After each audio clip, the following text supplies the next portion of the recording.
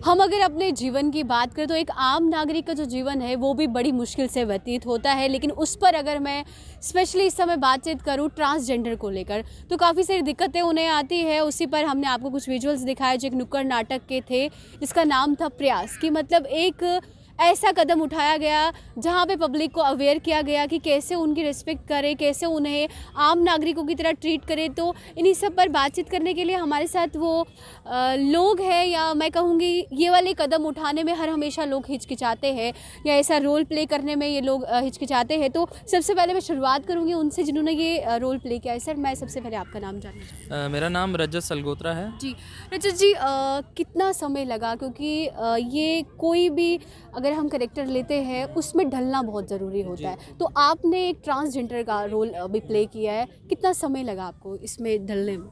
इसमें काफ़ी समय लगा मुझे, और मैंने काफ़ी वीडियोस देखी थी और मिले भी थे इनसे, जो हम डे टू डे रूटीन में हम कहीं मिल जाते हैं इनसे, तो मैंने वो इनका बिहेवियर नोट किया था। तो वो मुझे काफ़ी हेल्प हुई उस चीज़ में ना, इस करेक्टर को प्ले करने के लिए। जी जी, समाज को क्या मैसेज देना चाहिए, क्योंकि आम नागरिक को ही जेंडर अगर हो तो उसकी लाइफ को कैसे देखते हैं आप? उसकी लाइफ बचपन से ही, जैसे हमने आपको नुक्कड़ नाटक में भी जी दिखाया आपने, कि बचपन से ही उसे ऐसा समाज उसके खिलाफ हो जाता है, उन्हें अच्छा नहीं मानते हैं। तो हम भी जब बचपन में छोटे थे तो हमने भी यही सीखा। तो धीरे धीरे जब हम डेवलप हुए, जब हमने खुद की अपनी एक सोच डेवलप हुई, तो तब जाकर हमने भी सोचा कि नहीं यार, इनको क्यों हम ऐसे अलग रखें, ये भी तो, इन्हें भी पूरा हक है सब कुछ करने का। तो यही हम नुक्कड़ में भी यही दिखा रहे थे कि समाज को भी यही एक मैसेज मिले कि डिस्क्रिमिनेशन ना करें, जी मेल और फीमेल नहीं, ट्रांसजेंडर के साथ भी ना करें, किसी के साथ। जी जी जी बिल्कुल। और भी लोग हैं। सर, सबसे पहले आप अपना नाम बताइए। मेरा नाम मोहित मेहरा। जी मोहित जी, क्या लगता है, क्योंकि दिन प्रतिदिन ऐसा हो रहा है कि अब लोग जो है वो नई चीज़ें अडॉप्ट कर रहे हैं, चाहे आप डिजिटल ले लें या कुछ भी, लेकिन ट्रांसजेंडर की जहाँ पर बात आती है सोच वही पुरानी है। तो क्या आपको लगता नहीं वो समय आ चुका है कि अब हमें ये चीज़ें छोड़कर आगे बढ़ना चाहिए? हाँ, इस जनरेशन की बात करें को, अगर इसको वैसा ही परवरिश, वैसा बड़ा किया जाए तो मे भी चेंज आ सकता है। बट अभी भी जो हमारे बुज़ुर्ग हैं वो नहीं इन चीज़ों को अच्छा समझते। तो हम लोगों ने एक इनिशिएटिव लिया।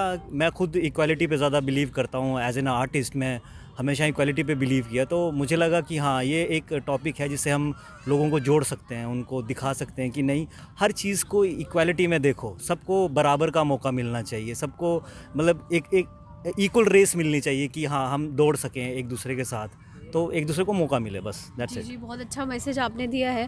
सर, आपसे भी जानना चाहूँगी कि नुक्कड़ नाटक ही क्यों चुना, क्योंकि स्टेज परफॉर्मेंस भी आप कर सकते थे, तो आपने नुक्कड़ नाटक ही क्यों चुना इसके लिए? मैम, सबसे पहले तो आजकल डिजिटल लाइफ जो है बड़ी ज़्यादा ही विस्तार पकड़ चुकी है, तो लोगों को इतना टाइम नहीं होता कि वो थिएटर में जाएं या वहाँ पे जाके रियलिटी का शो देखें। तो इसलिए हमने सोचा कि क्यों ना हम लोगों के बीच में जाके उनको मैसेज दें, क्योंकि लोगों के बीच में जाकर उनसे ताल्लुकात करना और ज़्यादा अच्छा हो जाएगा। और ये मैसेज आम जनता में ही जाए तो अच्छा होगा। किताबों में तो पहले भी है, रूल तो बन चुके हैं, पर वो वहीं तक महदूद हैं। तो इसलिए हमें आम जनता को ही पहले देखना पड़ेगा, उसे समझना पड़ेगा और उसी को समझाना पड़ेगा कि भाई ये गलत है। इसलिए हमने अपने नाटक का नाम भी प्रयास रखा, और इसी प्रयास से हम आपकी सोच बदलने का प्रयास कर रहे हैं। यही हमारा प्रयास है। बहुत जो ये नाम है, कैसे माइंड में आया कि इस नुक्कड़ नाटक का नाम प्रयास ही होना चाहिए? एक सोच आई कि हमें एक सोशल कॉज पे काम करना था। मेरे ग्रुप, क्योंकि मैं 9 प्लैनेट्स एंटरटेनमेंट कोलैबोरेशन में हम लोग कर रहे हैं नितिका जी के साथ, तो हम लोग एक इशू ढूंढ रहे थे जिस पे काम नहीं हुआ है। ऑलमोस्ट जितने भी इश्यूज़ हैं, वो चाहे सफाई से रिलेटेड हो, बेटी पढ़ाओ बेटी बचाओ, बहुत से इश्यूज़ हैं जिन पे ऑलरेडी काम हुआ है बहुत ज़्यादा। और ये एक ऐसा इशू था जिसमें कोई हाथ नहीं डालने को तैयार नहीं था, क्योंकि ये जो उनके साथ डिस्क्रिमिनेशन है वो हम ही लोग करते हैं, वो बाहर से कोई नहीं आता, क्योंकि हम ही ये सोच बदलने को तैयार नहीं है अपनी। तो फिर हमने ये एक बोल्ड स्टेप उठाया कि हम इन पे काम करेंगे। नितिका जी हैं, नितिका जी ने फाइनेंस किया इसको, पूरा नुक्कड़ सीरीज़ को। तो फिर हमने एक प्रयास रखा, क्योंकि हमारा एक इनिशिएटिव है, क्योंकि हमारी जनरेशन को ये समझ में आ गया है कि इनको इक्वालिटी मिलनी चाहिए, समाज में सम्मान मिलना चाहिए। हमारे पीछे जो फोर फादर्स थे, हमारे ग्रैंड फादर, उन्होंने क्या किया वो अपने को मतलब नहीं है। हम पढ़ लिख गए हैं, हमारी क्या सोच है, शायद थोड़ी सी तकलीफ होगी आगे जाके, लेकिन आज से 10 साल 15 साल के बाद वो हमारे कॉमन इंसान की तरह होंगी। तब अगर हम ये प्रयास जारी रखेंगे तो ये सिर्फ मेरे अकेले की बात नहीं है, हम सबको मिल के करना पड़ेगा ये चीज़। जी जी जी, बहुत अच्छी बात आपने कही। नितिका जी, आपसे जानना चाहूँगी कि दुआओं के लिए हम उन्हें अपने घरों पे बुलाते हैं कि आप हमें हमारे घर में खुशियाँ ही खुशियाँ दे दीजिए, लेकिन जब दुख में होते हैं या ऐसे नॉर्मली कह ले जब हमें मिलते हैं तो हम एक घृणा सी करते हैं कि आप दूर हो जाइए, एक दूरी बना लेते हैं। क्या ये सही बात है? यही तो सही नहीं है, क्योंकि हम सिर्फ दुआओं के लिए उनको पुकारते हैं और उनकी बद्दुआओं से बहुत ज़्यादा डरते हैं। बिल्कुल। बट वो भी एक नॉर्मल ह्यूमन बीइंग है, हमारे जैसे ही सांस ले रहे हैं, हमारे जैसे ही सभी लिम्स हैं, सब कुछ है। केवल एक मेल डिफॉर्मिटी के कारण स्पैस्टिक होते हैं, हैंडीकैप होते हैं, इतने लोग होते हैं, बाय बर्थ होते हैं, उनके साथ हम इतनी डिस्क्रिमिनेशन नहीं करते जो हम इनके साथ करते हैं। जी बिल्कुल। और उनको सिखाया जाता है डिफरेंस, कल्चरल डिफरेंस, ऐसे तालीम आना, ये सब कुछ। वाई? ताकि वो सेग्रीगेट रहें हम लोगों से। दिस इज़ नॉट जी, ये बहुत बड़ी बात आपने कहा कि उन्हें अपब्रिंगिंग ही ऐसी की जाती कि ताली मार के। क्या ऐसा नहीं हो सकता कि जैसे एजुकेशन लेवल हर एक को दिया जा रहा है, क्यों उन्हें घर पे जाकर नाच गा कर ही पैसा कमाना है? क्या वो पढ़ नहीं सकते? तो ये कैसे लगता है आपको? जैसे आपने तो आज इनिशिएटिव लिया, लोगों को क्या मैसेज देना चाहिए, किस तरीके से ये भेदभाव खत्म? यही इसी नुक्कड़ प्ले का यही मोटिव था कि जनरल मासेस को बताया जाए, बिकॉज उनकी अभी सोच जो है ओल्डर जनरेशन के कारण वैसी की वैसे ही रिजिड है, फ्लेक्सिबल नहीं हुए हैं वो। मैं अपने आप को ही देखूं, अगर मेरे बच्चे के साथ कोई किन्नर बैठा हो पढ़ने के लिए तो मैं 100 बार सोचूंगी कि क्या सीखेगा वो। तो ये हमारी सोच है जो मतलब कि सरकार जो मर्जी करे, government is taking measures for them, अपने तरीके से वो कर रही है। बट ये माइंडसेट जो हमारा है ये बदलना है। एज अ पेरेंट पहले मुझे बदलना है, ताकि मेरा बच्चा जो है उनके साथ बिल्कुल एक कॉमन लेवल पे चले। जी बिल्कुल बिल्कुल। संदीप जी भी हमारे साथ मौजूद है। संदीप जी, आप हर हमेशा आगे आते एक अच्छा मैसेज यूथ को देते हैं। जिस तरीके से इन्होंने भी कहा कि एक सोच है, एक मानसिकता है कि हमारी बचपन से अपब्रिंगिंग ऐसी हुई है कि हम अगर हमारा बच्चा वहाँ पढ़ रहा है, हम नहीं चाहेंगे कि एक किन्नर उसके साथ पढ़े। और कुछ लोग उसे बोलने में भी शर्म करते हैं। बट मुझे क्या लगता है आपको कि इस मानसिकता को ख़त्म करने में कितना समय लगेगा? ये बहुत टाइम लगेगा इस मानसिकता को ख़त्म करने में, क्योंकि हम जब बड़े होते, जैसे हमारी जनरेशन की बात करें, जब हम बड़े हुए तो हमारे सामने ये सारी चीज़ें हो रही थी, जैसे उन्हें किस तरह से ट्रीट किया जाता है, ट्रांसजेंडर्स।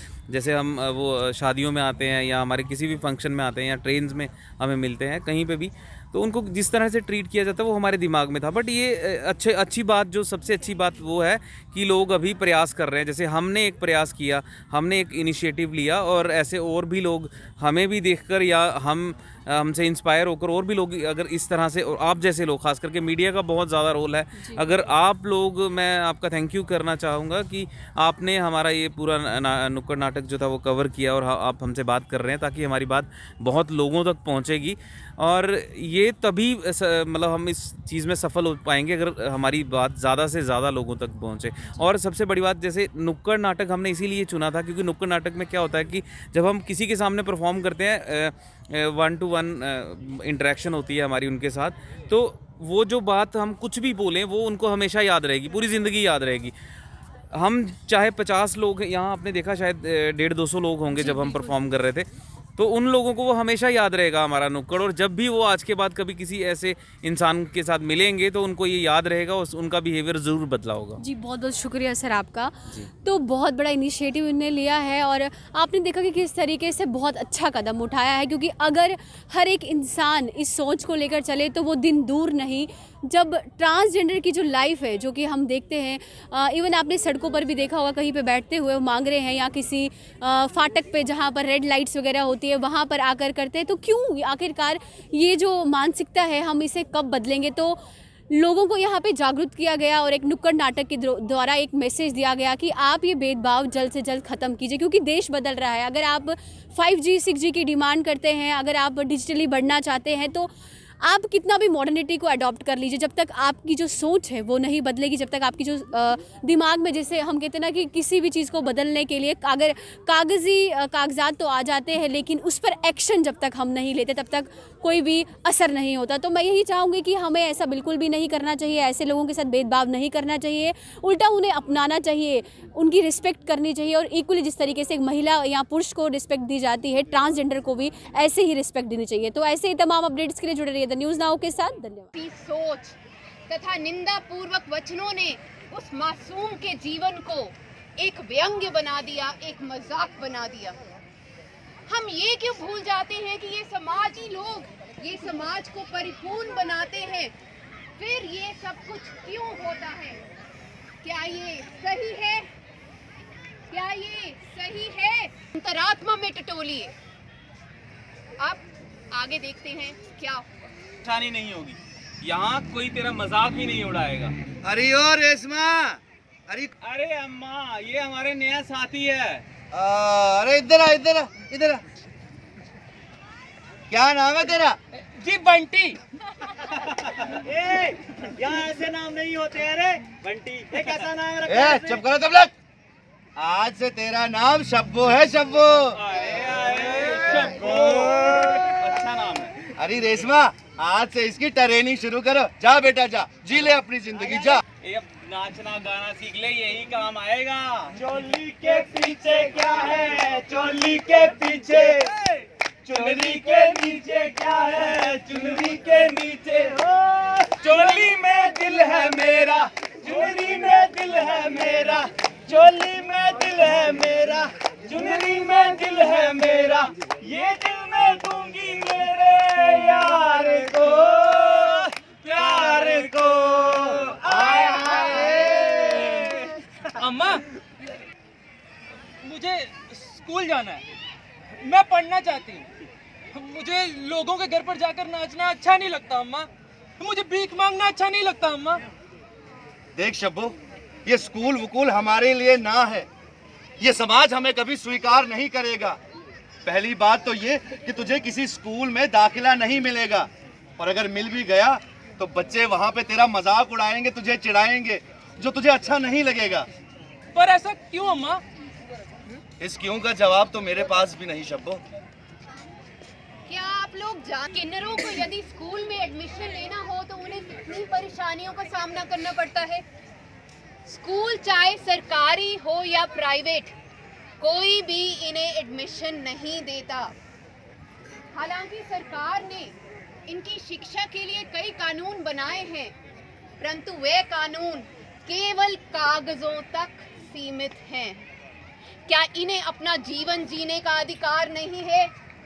क्या इन्हें समाज में उन्नति करने का अधिकार नहीं है? क्या इनके जीवन में केवल मजदूर बनना लिखा है या घर घर में